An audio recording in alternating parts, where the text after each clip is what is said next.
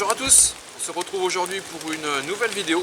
Ce sera pour le test du LMF2 Infanterie de chez Gerbert. Petite précision, ce sera ma première vidéo test. J'espère que tout va bien se passer. J'ai tout préparé, ça devrait le faire normalement. Je ne sais pas s'il y en aura d'autres, on verra par la suite. Allez, on y va, sous la pluie, parce qu'aujourd'hui le temps est pluvieux comme c'est pas possible. A tout de suite. Le voici. Voilà, il arrivera comme ça, quand vous le commanderez, dans son fourreau, et ensuite son étui, port de ceinture, port de brelage, port de cuisse. Voilà. De façon ou d'une autre, le couteau n'est pas vendu seul, il est vendu avec le fourreau et l'étui. Et sur l'étui, on y reviendra plus tard, il y a pas mal de choses à dire. Voilà, le LMF2. La Dragon, c'est moi qui l'ai ajouté, c'est en plus, hein. Donc ne vous y fiez pas, il arrive comme ceci. Bon, pour préparer ce test, j'ai passé quelques coups de téléphone à certaines personnes qui s'y connaissent assez bien en couteau. J'ai été me renseigner un petit peu sur certains sites français mais surtout américains. Donc j'ai trouvé un petit peu la genèse de la création de ce couteau. Dans les années 2005-2006, l'US Air Force avait décidé de doter certaines de ses équipes d'un couteau de survie avec un cahier des charges bien précis. Donc suite à ça, ils ont lancé un appel d'offres à laquelle 3 sociétés ont répondu. Évidemment, dans le lot, il y avait Gerbert et c'est Gerbert qui a été retenu. Donc ensuite, ils ont continué à travailler sur ce couteau avec l'US Air Force et aussi un instructeur militaire qui a travaillé directement avec Gerbert. Et enfin, ils sont arrivés à ce couteau, à cette forme définitive que j'ai actuellement entre les mains. Voilà. Ce couteau n'est pas un couteau de bushcraft. Il a été créé en tant que couteau de survie. Donc le test d'aujourd'hui va permettre de voir si on peut l'utiliser en bushcraft. Bon, il semble d'après ce qui se dit, puisque les retours sont quand même assez bons sur son couteau, que ce soit dans l'armée US ou dans l'armée française, tout le monde est très content de ce couteau. Tout le monde dit qu'il est dans le haut du classement. Si on devrait faire un classement des couteaux militaires, il est vraiment dans le haut du classement. Mais pour nous, pour nos activités, est-ce que ça vaut le coup d'investir là-dedans? Ça va être tout l'objet du test aujourd'hui. Caractéristiques, il faut bien qu'on en parle un peu de ce couteau. Alors, longueur de la pointe du brise-vitre à l'extrémité de la lame, 27,3 cm pour un poids de 330 grammes. Évidemment, j'ai sorti la balance, j'ai sorti le double décimètre, j'ai mesuré tout ça. C'est pas des chiffres que je sors comme ça au hasard. La lame en elle-même fait 12 cm. Particularité de cette lame, c'est qu'elle a un combo. Un combo lame fixe, un combo serration. Alors, le serration, je sais, on est tous à peu près d'accord, ça fait toujours sujet à discussion dans le monde du bushcraft. Utile, pas utile, il y en a qui disent que oui, il y en a qui disent que non. Je pense que c'est vraiment chacun qui doit... c'est personnel, voilà. À chacun de voir si c'est pratique ou si c'est pas pratique. En tout cas, pour ce couteau de survie tel qu'il a été fait dans le cahier des charges, c'était demandé, ils y ont répondu. Voilà. Donc, acier, 420 HC, stainless, donc inoxydable. D'ailleurs, petite particularité, pour qu'un couteau soit en acier inoxydable, il faut savoir que dans les alliages composant cet acier, il y ait au minimum 13% de chrome, puisque c'est le chrome principalement qui permet d'éviter l'oxydation et la corrosion. Donc, ce qui veut dire que ce couteau-là, étant stainless, on peut l'utiliser au bord de l'eau, le long des côtes, dans l'eau, le laisser dans l'eau, revenir plus tard le chercher. Il est censé, normalement, ne pas rouiller. Après, j'ai pas vérifié, et pour tout vous dire, j'ai pas l'intention de le laisser 6 mois dans l'eau pour voir s'il rouille ou s'il ne rouille pas. Voilà. Donc l'épaisseur, je vous en ai parlé, 4,3 mm. La forme de la lame, c'est ce qu'on appelle du drop point, c'est-à-dire drop point, ce qu'appellent les Américains, c'est vous prenez l'axe du couteau, voilà, je vais prendre un petit morceau de bois, tiens, pour vous montrer, voilà, vous le continuez, la pointe de la lame la pointe de la lame se trouve plus bas que sur la droite sur laquelle j'ai posé le bâton. Légèrement plus bas. C'est exactement ça, ce que les Américains appellent du drop point.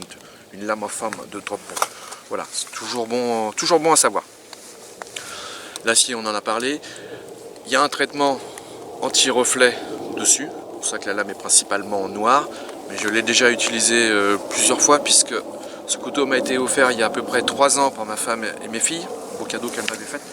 Donc à force, on voit quand même que le traitement anti-reflet a tendance à partir. Le traitement anti-reflet a été voulu par l'US Air Force, tout simplement pour éviter que les objets se reflètent sur la lame et qu'on puisse détecter le lieu d'où ça provient. Voilà. Il coupe très bien, donc avec cet acier 420 HC, le tranchant dure assez longtemps. Hein, c'est la particularité de cet acier, donc c'est assez intéressant. Effectivement, il coupe assez bien, puisque la première fois que je l'ai utilisé, j'étais assez surpris, je me suis coupé. Voilà, donc j'ai remis depuis bien sûr quelques coups d'affûteur. Ça coupe très très bien, j'ai vraiment été assez surpris, mais voilà, il n'y a rien à dire, ça tient l'affûtage, superbe. Voilà, ici vous avez marqué Portland, Oregon, USA. Portland, la ville où se trouve le siège de Gerber aux États-Unis. Oregon, l'État. USA, le pays. Et de l'autre côté de la lame, Gerber, le nom de la société. Depuis, ça a changé. Il y a Gerber, où je crois qu'il n'y a plus ça. C'est l'un ou l'autre. Maintenant, il y a le logo de la marque. Sur certaines versions, quand vous voyez, ça y est pas. Mais je crois que maintenant, il y a le logo en plus. Bon, des petites améliorations, mais franchement, ça ne sert pas à grand chose. Voilà. Le manche, une garde, un manche, et ensuite un brise-vitre. Donc, le manche et la garde sont légèrement en 2 parties. Elles sont constituées en nylon renforcé en fibre de verre. Et particulièrement le manche est traité en TPV, thermoplastique élastomère. Voilà. Thermoplastique élastomère, double avantage.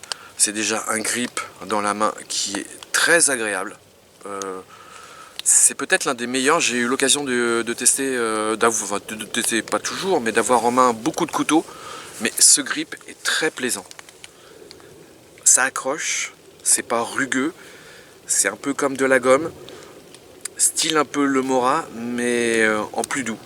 Et on sent que ça tient vraiment dans la main. Donc c'est bien trouvé, c'est bien travaillé, très très bien travaillé. Particularité aussi de ce manche, c'est qu'il évite que les petites marques là que j'enlève pour que ça fasse propre. Oui, il permet de couper des barbelés par exemple électrifiés. C'est un isolant. Voilà, celui qui le tient, il coupe. Il permet de ne pas être électrocuté. Bon, dans le bushcraft, on n'a pas du tout besoin de ça, mais c'est une petite particularité en plus. Ensuite, le pommeau. Pommeau, 2 utilités. La pointe, qui permet de briser une vitre. Alors, normalement, elle est faite pour briser le plexiglas des hélicoptères. Voilà, puisque les pilotes de l'US Air Force sont en dotation de ce couteau. Si pour X raison, ils ne peuvent pas évacuer par les portes latérales, ils peuvent avec ça, normalement, briser le plexiglas du cockpit et sortir par là. Sur le haut, nous avons un plat qui permet de faire marteau. Personnellement, ouais, même en survie, je vois pas trop l'utilité, mais bon, ça a été demandé, ils l'ont fait. 3 trous. 1, 2, 3. Éventuellement pour fabriquer une lance, chasse, pêche. J'en suis pas spécialement convaincu. Plutôt en faire un pieu pour un piège. Oui, je vois l'utilité, vu la masse du couteau, oui. En faire une lance, même en le serrant bien, j'aurais peur franchement qu'elle tombe. Que ça tienne pas le choc. Voilà. Mais bon, ça a été demandé, ça a été fait. Voilà. Vous avez sur la garde aussi, j'ai oublié de vous le montrer, je sais pas si on le voit. là, ou là. La garde est évasée, de façon à ce que les doigts, quand on les prenne, si jamais ça devait glisser, ça part au sens contraire, voilà, du tranchant de la lame. Et en plus, pour mieux agripper, je vous l'ai montré, voilà, petite rayure. Voilà, petite rainure. Ce qui fait que le doigt accroche un petit peu mieux. Voilà, caractéristiques techniques de ce couteau, les moutures sabres, comme on rencontre principalement dans tous les couteaux de ce type. On part de zéro, on remonte à peu près un petit peu plus haut que la moitié de la lame, on repart un peu sur le plat, on fait un léger angle, de façon un angle très léger, de façon à arriver pour pouvoir récupérer toute la surface de la lame. Voilà. Maintenant, il n'y a plus qu'à tester. On va voir si on peut se servir du Fire Steel avec ça, si on peut faire des hérissons pour la préparation du feu, couper du bois à la volée.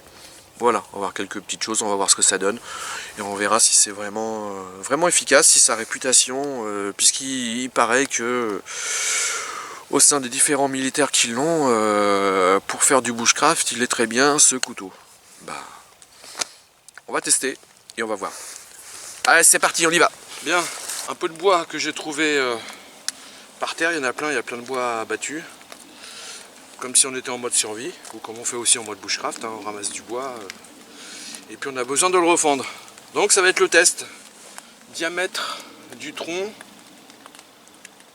pratiquement toute la lame, donc environ à peine 12, allez on va dire 11 cm. On teste, on voit ce que ça donne.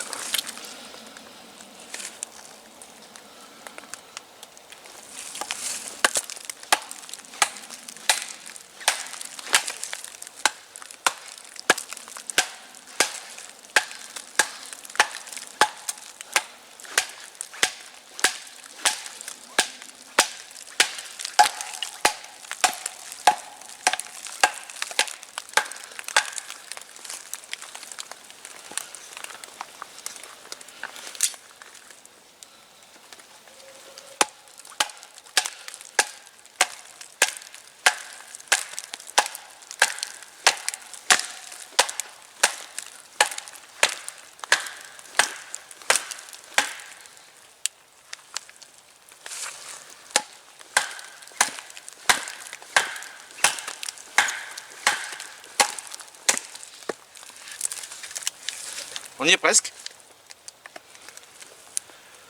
On va l'achever.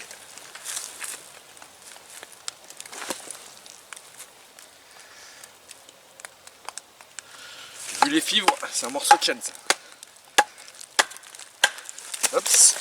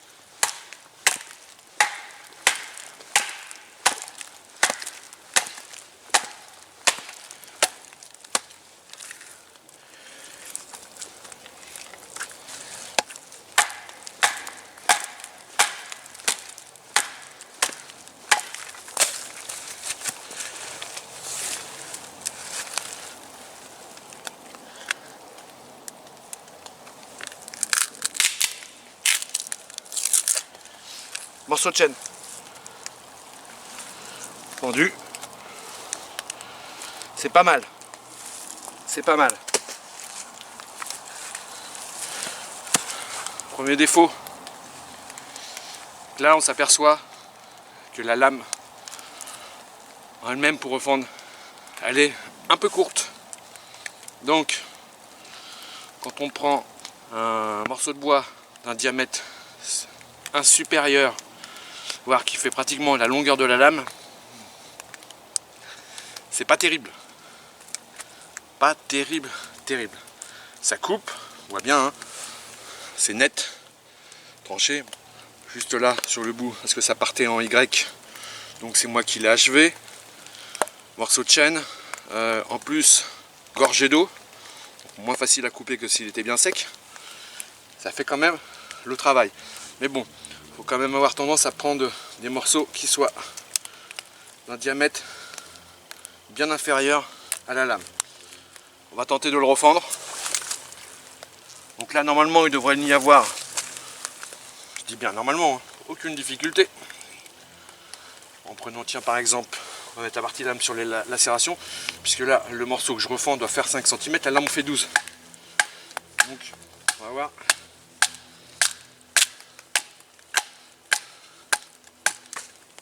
Voilà, c'est ce que je disais. Quand le morceau à refendre d'une dimension différente, inférieure à la longueur de la lame, il n'y a pas de problème.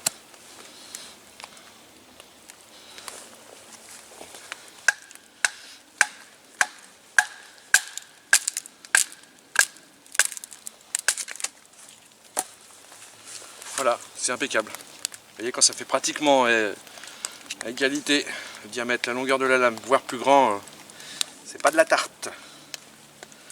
Là en plus, on part sur un morceau qui à la fin part en Y.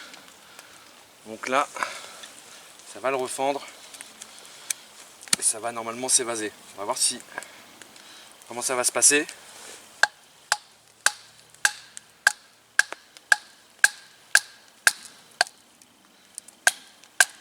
J'ai attrapé les fibres.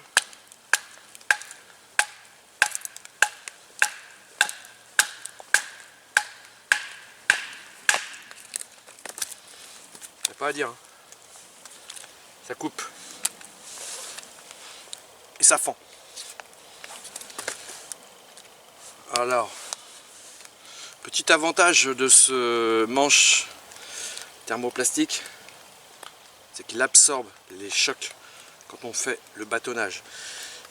C'est dans le cahier des charges, mais effectivement, quand on tape sur la lame, on sent rien dans le manche. Il n'y a aucun souci là-dessus.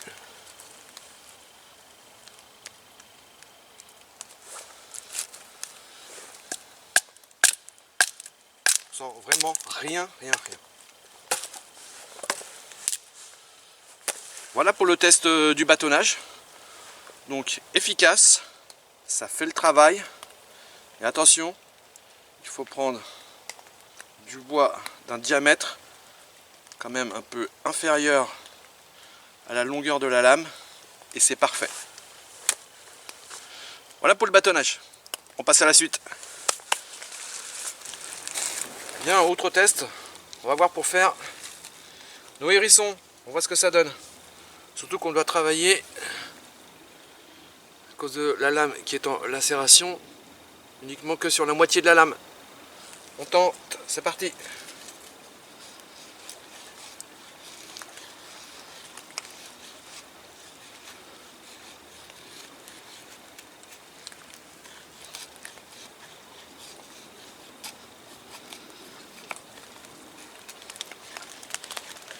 Ah bah c'est pas mal, hein. Ça ne gêne pas particulièrement. Bon, c'est du chêne, hein. Donc c'est pas un bois très tendre. C'est pas l'idéal pour faire des fire sticks. Bon, on arrive à en faire des tout fins, hein. Ouais, c'est pas mal, c'est pas mal. Travailler que sur la moitié de la lame, franchement, je pensais que ça serait un inconvénient assez important. Bah non, pas du tout.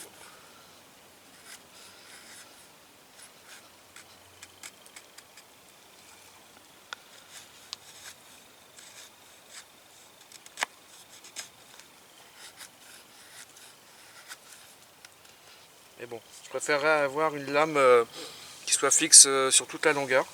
Faire des fire sticks, je trouve que c'est quand même un peu plus pratique. Mais bon, ça fait le travail, il n'y a pas à dire. Test réussi. Je rapproche ça de la caméra. Hops.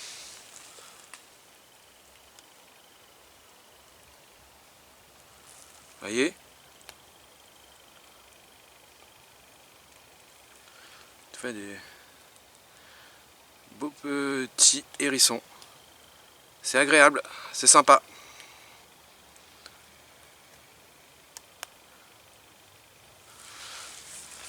Donc, test positif. Donc, autre test maintenant pour voir si avec les arêtes vives sur le dos du couteau, on peut frotter pour récupérer des tout petits copeaux, voire éventuellement de la poussière, pour ensuite faciliter l'allumage. Donc avec certains couteaux on y arrive facilement, donc là maintenant on va tester cette technique.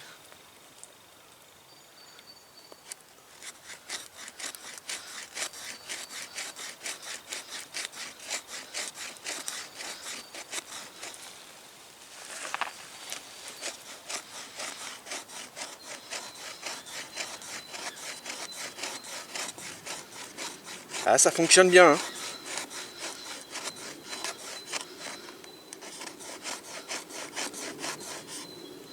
Le doigt est bien protégé avec la garde, parce que c'est surtout celui-ci qui travaille, et celui-ci il pousse sur la lame qui pousse. Ça pousse, celui-ci contrôle. Très bonne protection. Et on sent bien les petites rainures sur la garde.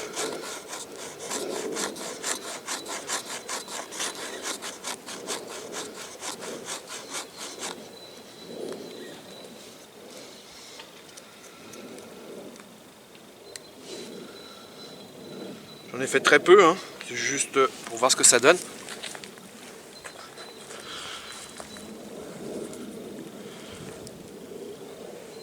Voilà, petit copeau très fin. Encore positif pour ce test. Au suivant. Bon, maintenant, test de la pierre à feu. Nous avons deux belles arêtes vives sur le dos de la lame. On va voir si c'est efficace. J'ai récupéré dans le lave-linge à la maison quelques fibres synthétiques. voir si ça marche. C'est pas du tout pour allumer un feu, c'est principalement pour voir si on peut utiliser le couteau pour faire des étincelles sur la pierre à feu. C'est parti.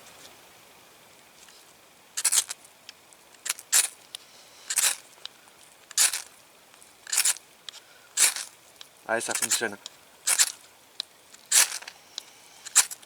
On fait de belles étincelles. Vous voyez, hop.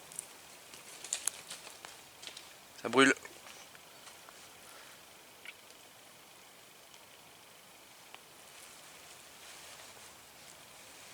Pas mal. Donc c'est positif. On peut l'utiliser avec la pierre à feu. Et voilà. Test positif. Donc, on va passer à un autre. Allez, à tout de suite. Bon, maintenant, nous allons voir pour ce prochain test ce que l'on appelle la coupe à la volée. Parce qu'avec son poids, son combo de lames, tout ça va bien ensemble pour couper un arbre qui est sur pied. Un arbre. Petit arbre. On va pas s'attaquer à ce que nous avons à côté qui fait... qui doit faire plus de 20 cm de diamètre. Aucune raison de l'abattre. On va essayer celui-ci, voilà, à peu près, que j'ai trouvé de correct. On va voir ça.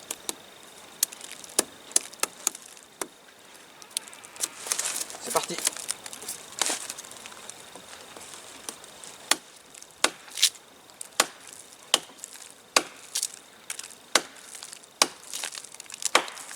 Ça rentre bien. Au cœur, hein.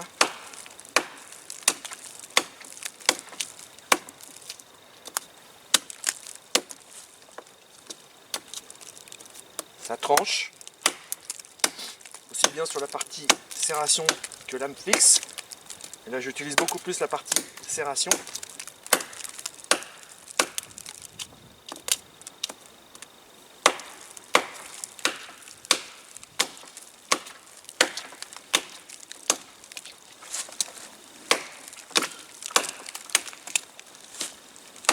on est vraiment dans le cœur du bois, qui est sec, qui est bien dur. Alors en plus, cette grosse branche est assez long, donc c'est flexible, ça rebondit, ça bouge, et la lame fait parfaitement son travail.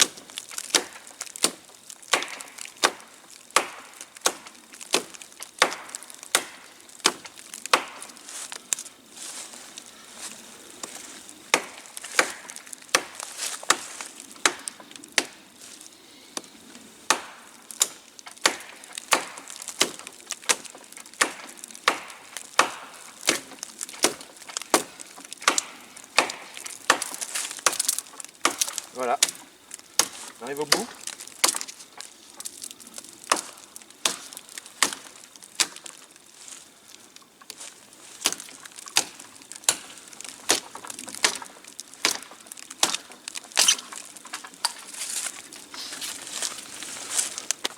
On peut pas demander de mieux, hein.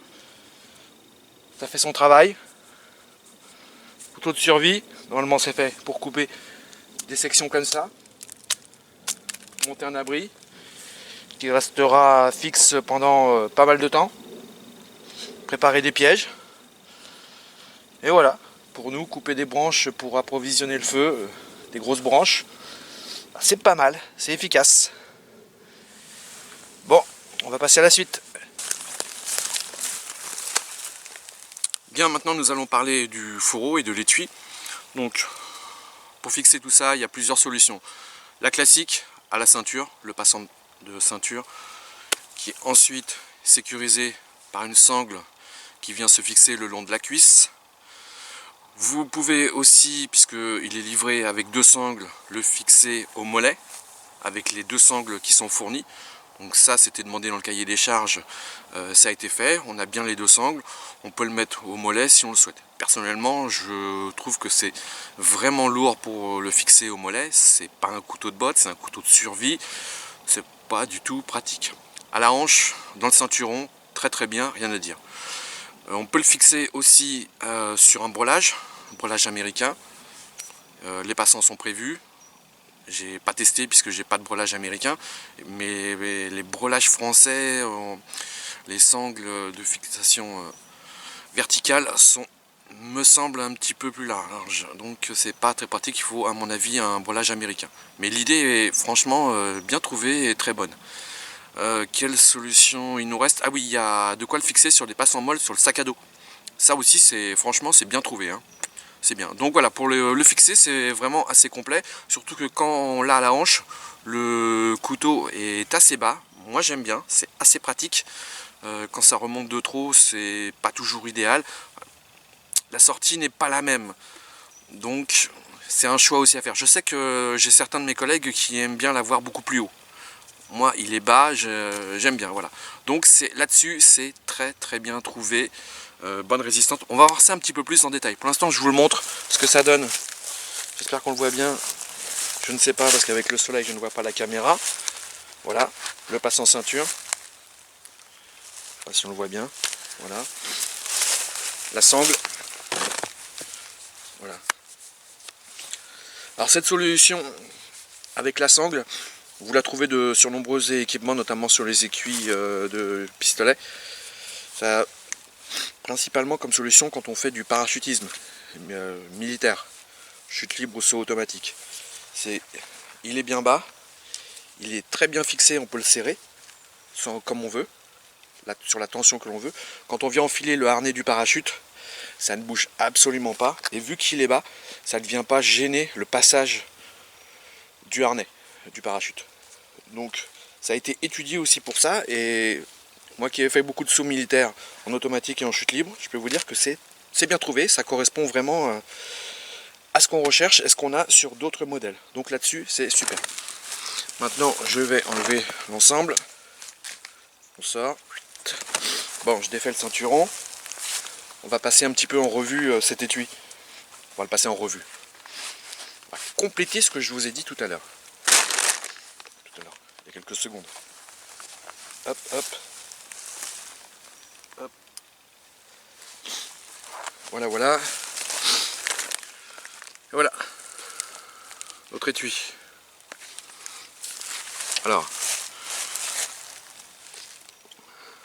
le fourreau en plastique, l'étui en lui-même qui vient se fixer dessus. Je vais sortir l'étui, bande velcro, on enlève la sangle, hop, et hop,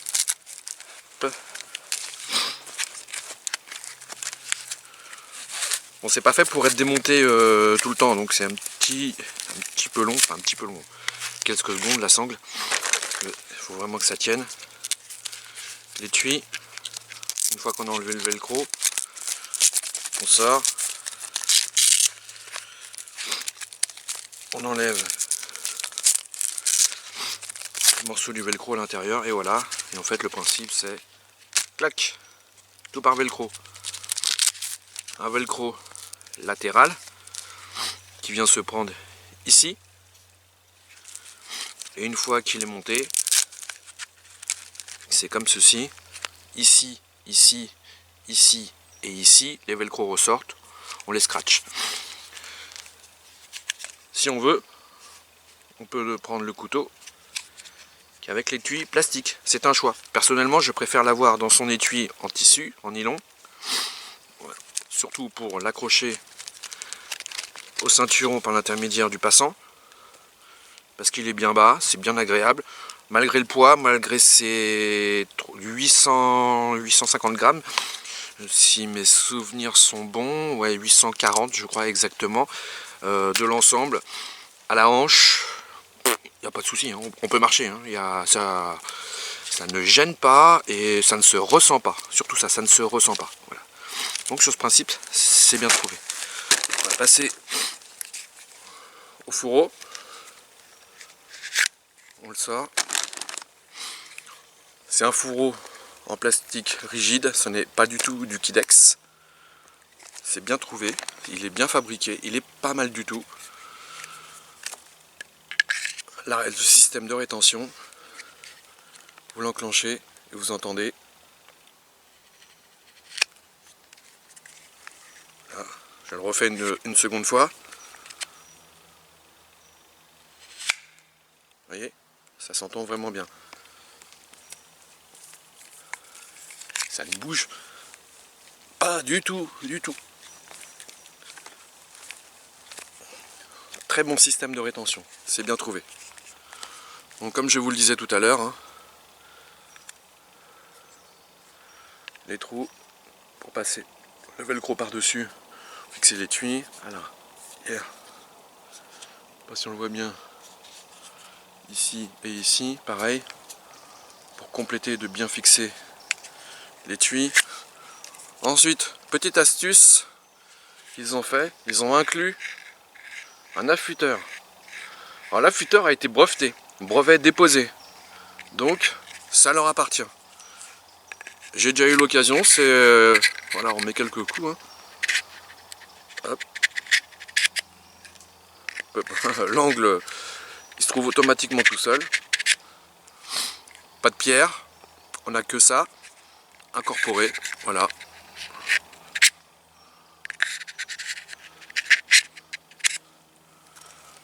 Pour faire revivre un peu le fil de la lame quand on a coupé pas mal de choses sur le terrain. C'est bien trouvé. Donc même ça en bushcraft, voilà, c'est pas un gadget. C'est utile. Voilà. Par contre pour la partie de lacération c'est négatif. Hein. Ça ne sert pas. Ça ne sert que sur la partie lame fixe. Des petits trous. Malgré que la lame soit en acier inoxydable, je ne sais pas si on les voit bien. Voilà, pour l'évacuation de l'eau au cas où. Voilà. Étui bien rigide. C'est bien travaillé. Étui pour moi, ce que j'appellerais étui squelette, puisqu'il est perforé un petit peu partout.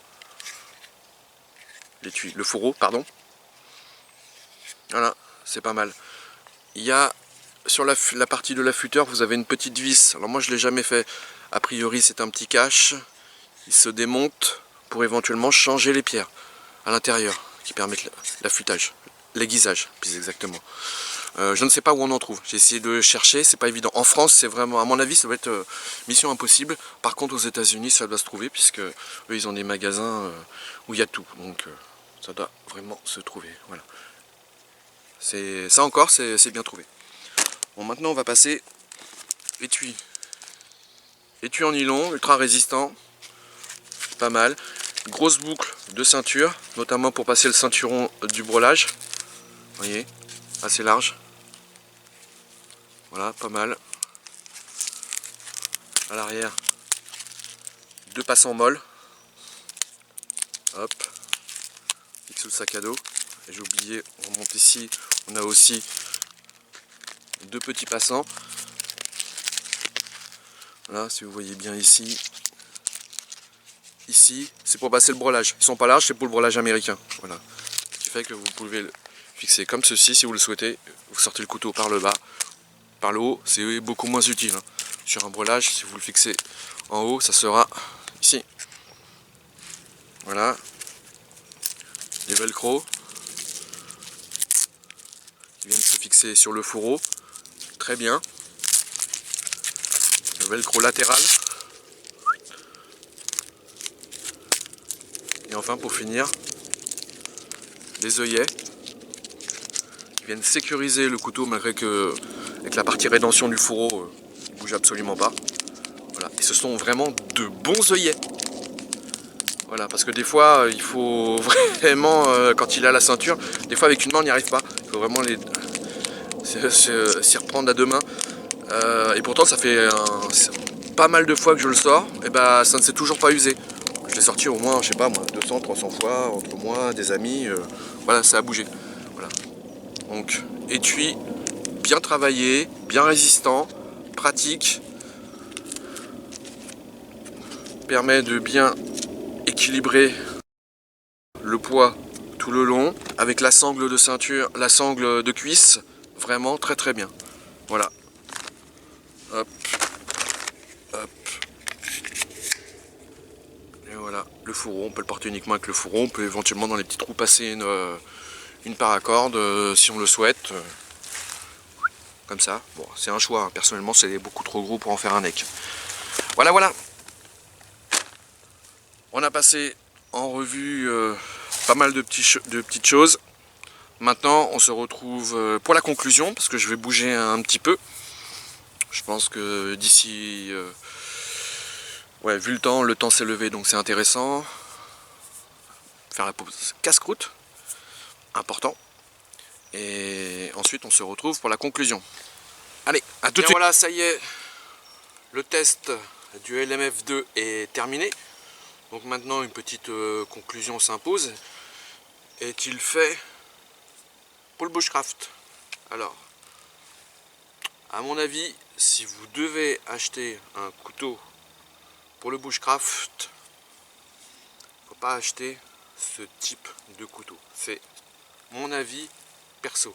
C'est un très bon couteau. Il remplit bien ce qu'il doit faire, c'est-à-dire c'est un couteau de service pour faire énormément de tâches, mais il n'est pas adapté spécialement pour le bushcraft. On a vu dans tous les tests, ça passe, rien à dire, il fait le travail. Pour moi, le défaut principal, c'est comme toujours sur ce type de couteau, les serrations. Voilà. Ça, personnellement, ça me pose vraiment problème, et je sais qu'il y en a beaucoup aussi qui sont comme moi, qui n'aiment pas vraiment les serrations. On aurait eu une lame, alors il fut une époque où Gerber faisait un couteau, commercialisait un couteau avec aucune serration, entièrement sur la lame fixe. Bon, on le trouve pas, en tout cas en France, on ne le trouve pas, ça c'est sûr. C'est bien dommage. C'est vraiment bien dommage. Il aurait été entièrement à lame fixe, il n'y a aucun problème, il aurait été fait pour le bushcraft. Avec la partie serration, bon, la partie serration, hein, c'est pas pour nous, c'est un couteau de survie pour découper les carlingues. Ça doit bien aider, puisque a priori, c'est ce qu'on lui demandait. Coupage des carlingues pour évacuer des pilotes d'hélico ou de l'US Air Force. Bon, ça je peux comprendre, hein, il n'y a pas de discussion là-dessus, mais pour nous dans le bushcraft, c'est vrai. Je trouve que c'est vraiment un handicap, surtout quand on veut travailler le bois. Si comme moi, vous aimez bien travailler le bois, travailler que sur une partie de la lame, ouais, sur la moitié de la lame seulement. Ça fait une lame que de 6 cm finalement, franchement c'est un peu court. Hein. Pour faire les fire sticks, ouais, bof, moyen. Vous voulez faire des ajustements, positionner 2 morceaux de bois pour les travailler, bof, surtout s'ils sont pas très épais, c'est pas terrible. Couper le bois à la volée, on l'a vu, hein, ça, voilà, ça c'est bon, ça c'est dans le cadre de la survie, c'est nickel, c'est super. Le bâtonnage, alors le bâtonnage, comme je l'avais précisé, je vous le redis, si vous prenez un morceau de bois d'un diamètre de toute la longueur de la lame, c'est pas terrible. Vous prenez allez, les 2/3 de la lame, on va dire un morceau d'un diamètre d'environ 8 cm, ça passe sans problème. Parce que quand le diamètre du morceau de bois à couper, à bâtonner est plus grand, enfin à refendre et ensuite à bâtonner, est plus long que la lame, et ben on vient taper sur la garde et la garde elle aime pas. Je l'avais déjà esquinté il y a déjà quelques temps, je sais pas si on voit, voilà. Elle s'esquinte. Et ça c'est vraiment un gros défaut. Bon, je l'avais déjà fait, mais j'ai fini de l'achever. Bon, c'est pas grave, mais voilà. Le test, c'est là aussi pour ça, pour ceux qui veulent investir, voilà, sachez qu'il y a ce défaut. Pour le bâtonnage, c'est pas terrible. Franchement, on fait des fire sticks, ça fait le travail, ça les fait, mais je trouve que c'est pas pratique avec seulement 6 cm de lame. Moi, je préfère le faire dans ces cas-là, je sors mon Mora et je fais directement avec mon Mora, je trouve que c'est beaucoup mieux. Le bois est à peu près équilibré, il n'y a rien à dire, hein, c'est pas mal. D'ailleurs, petit clin d'œil à Laurent qui bosse avec moi, c'est un grand fan de couteaux. Et puis il adore aussi les couteaux de lancer. Alors celui-ci pour le lancer, l'équilibre, il est quand même pas mal fait. Hein. Voilà, faut le chercher, il faut le trouver. Mais avant de pouvoir le lancer, il faut quand même bien s'entraîner. Et si possible, pas directement avec lui, avec une réplique équivalente. Voilà. Parce que pour le lancer, oui je veux bien. Déjà il faut pas qu'il y ait la dragonne, parce qu'elle déséquilibre complètement pendant l'envoi. Mais bon, on peut le faire. Alors Laurent, hein, si tu veux t'entraîner, vas-y, mais prends des répliques avant. Hein, parce que celui-là, il n'est pas prêt de se planter à mon avis. Il faut vraiment bien le manier. Il faut s'adapter. Voilà. Le fourreau, on l'a vu, hein, avec les sangles. L'étui, alors là, il n'y a rien à dire. Super bien travaillé, très satisfaisant. Le fourreau, c'est vraiment du très bon travail avec l'aiguiseur incorporé. Superbe, la rétention, rien à dire, nickel. Les sangles, pour bien le maintenir. Passage dans le ceinturon, c'est superbe. Au niveau du fourreau et de l'étui, c'est du très bon travail. Ça, pour le bushcraft, c'est très bien. J'ai rien à dire. Moi, personnellement, ça me convient parfaitement. Voilà. Ça, c'est du gadget, les 3 trous. C'est mon avis perso. Tout le monde ne le partage pas, c'est mon avis. La lame, ça résiste bien, ça coupe bien, là-dessus c'est superbe, il y a sa partie serration qui nous permet pas de travailler le bois comme on le veut. Et pour le bushcraft, c'est peut-être un peu lourd. Il ne fait que 330 grammes, il est quand même bien équilibré, mais quand même. Il y a peut-être des couteaux qui sont faits que pour le bushcraft et qui sont peut-être moins lourds. Voilà, ça c'est les avis. Donc voilà. Donc moi c'était un cadeau que m'a fait ma femme et mes filles, donc je suis très content, mais je ne l'aurais pas acheté spécialement pour faire du bushcraft, voilà. Mais il fait quand même le travail, c'est ça qu'il ne faut pas oublier. Couteau de camp, c'est très bien. Couteau de survie, c'est son utilisation première. Bushcraft, à vous de voir. Moi, je ne l'aurais pas acheté pour faire que du bushcraft, voilà. Par contre, avoir ça dans sa panoplie pour se faire plaisir, oui, là je suis d'accord. Voilà, puisque vu ce que font les soldats avec, hein, au départ c'est quand même un couteau de survie, un couteau de combat, ils remplissent son office sans problème. Après, c'est à vous de voir, 89 €, c'est pas trop cher par rapport à d'autres qui sont pratiquement le double et qui sont aussi en couteau de survie, mais peut-être plus adaptés en couteau de bushcraft. Je remercie Jus Bushcraft Alpin parce que c'est grâce à lui que je me suis lancé sur un premier test, puisque lui a fait le test du Easy 5. Ils sont un peu dans la... Enfin, ils sont dans la même catégorie en couteau de survie tous les deux. Leur création, leur genèse à tous les deux, c'est ça. Donc allez voir le test de Jus, qui est franchement super bien fait. il n'y a rien à dire, hein, c'est très beau. Je suis loin de faire un test aussi bien que lui, mais vous pouvez comparer un petit peu les deux.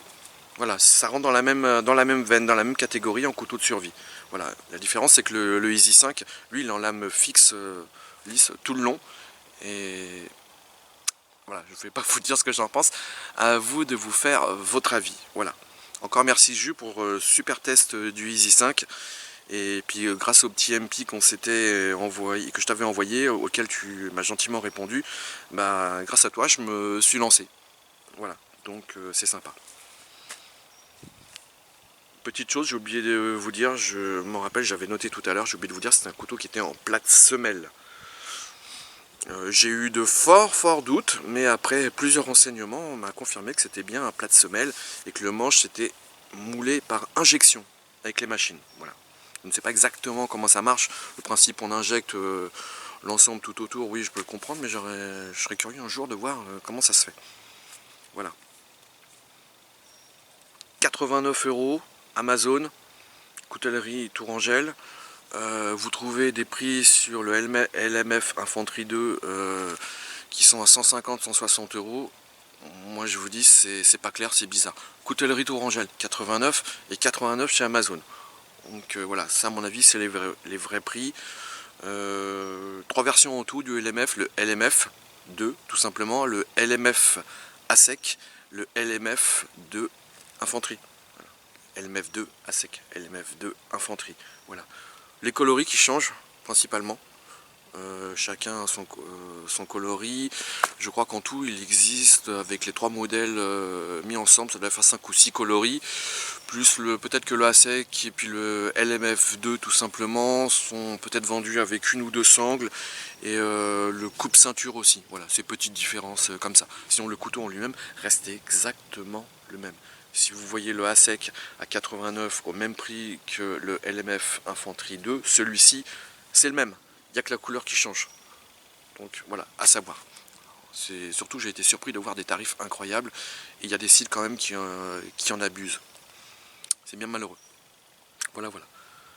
J'espère que ce test vous aura plu. N'hésitez pas à commenter, à liker si vous aimez. Les commentaires négatifs, je prends aussi, si ça peut me permettre d'améliorer à partir du moment où ils sont mis correctement. Moi, c'est tout ce qui m'intéresse. Hein. Les insultes, ça ne m'intéresse pas. C'est mon premier test. Puis les tests vidéo, je ne suis pas spécialement doué pour en faire. D'autres en font bien mieux que moi. J'ai Bushcraft Alpin, HTCS Recherche pour tout ce qui est matériel tactique. D'ailleurs, lui aussi, il fait des super tests. Green Spider aussi, il fait de très bons tests. Voilà. Donnez-moi votre avis. Si vous me dites, bon bah écoute, ton test il est nul, c'est bon, j'arrêterai, je le prendrai pas mal, hein, je comprendrai, hein, ça peut pas plaire à tout le monde, et puis je me rends pas spécialement compte, j'ai pas un avis objectif pour dire ouais j'ai fait un super test, c'est méga, alors ça se trouve il y a plein de trucs qui sont nuls, voilà, j'ai essayé d'être le plus complet possible, c'est pour ça que cette vidéo sera un peu longue, elle fera environ, je pense, aux alentours des 40 minutes. Mais voilà, je suis un peu quand même impatient d'avoir vos avis, savoir si je suis sur le bon chemin ou si je dois complètement arrêter les tests. Sur ce, j'étais dans la verte, j'ai eu un temps exécrable ce matin, un orage, de la pluie, de la grêle, toute la matinée, voilà. Là, le soleil s'est levé. Le soleil, pardon, les nuages, le ciel est devenu bleu, les nuages sont en partie disparus. Bon, il fait un peu frais, mais voilà, je me souviendrai de ce premier test où vraiment j'ai eu un temps exécrable et puis un beau temps à partir de 13 h. Voilà, j'étais content de vous retrouver. Sur ce, moi je vous dis, comme d'habitude, bonne balade, bonne rando, à bientôt, salut!